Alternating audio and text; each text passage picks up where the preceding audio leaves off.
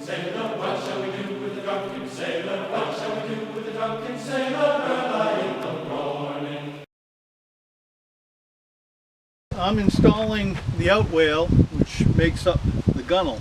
All this is 3/4 of an inch wide by 1.5 inch wide piece of spruce. It was just ripped from a KD stud from your big box store or your local lumber yard. I start clamping it up back here.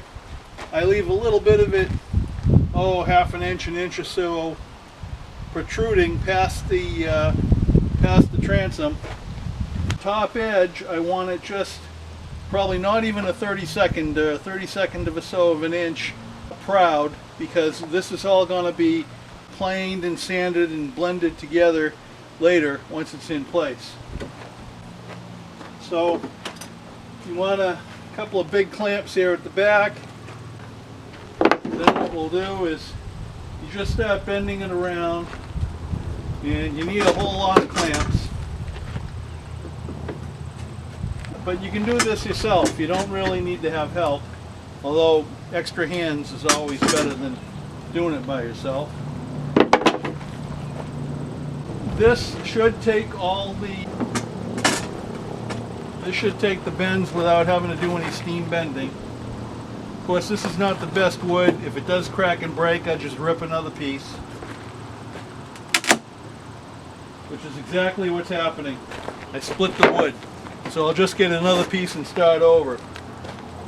This 2x4 was not wonderful when I ripped it down, but we'll try this again. I tried it again. I got another piece, and this time it bent right on there without any problem. It didn't crack on me. So now, once I have it clamped up like this, what I'm going to do is I'm going to drill it in a few points for some larger number 12 screws that are going to go right through the side panel and into the breast hook, and of course this will be countersunk. I'll do about maybe 3 of those, and then I'm going to do the same thing back at the stern. I'm going to put about 3 number 12s right through the outwale, through the side panel and into the quarter knees. And then what I will do is I will drill for number 8 by 3/4 inch screws. And I will go through the side panel from the inside into the outwale, and of course they won't come all the way through. You won't see them here. They will be countersunk into the plywood, and all those screw heads will be filled in with a filler, so when the boat is all painted and finished you won't see them. About every 2 or 3 inches, maybe 3 inches is good enough. In some places where there's not much bend you could stretch it out to maybe 4 inches apart, but I'll do that all the way along. This is no different than everything else I've been explaining. I've got this in place, it's fit up. I'm going to do all my pre-drilling and countersinking.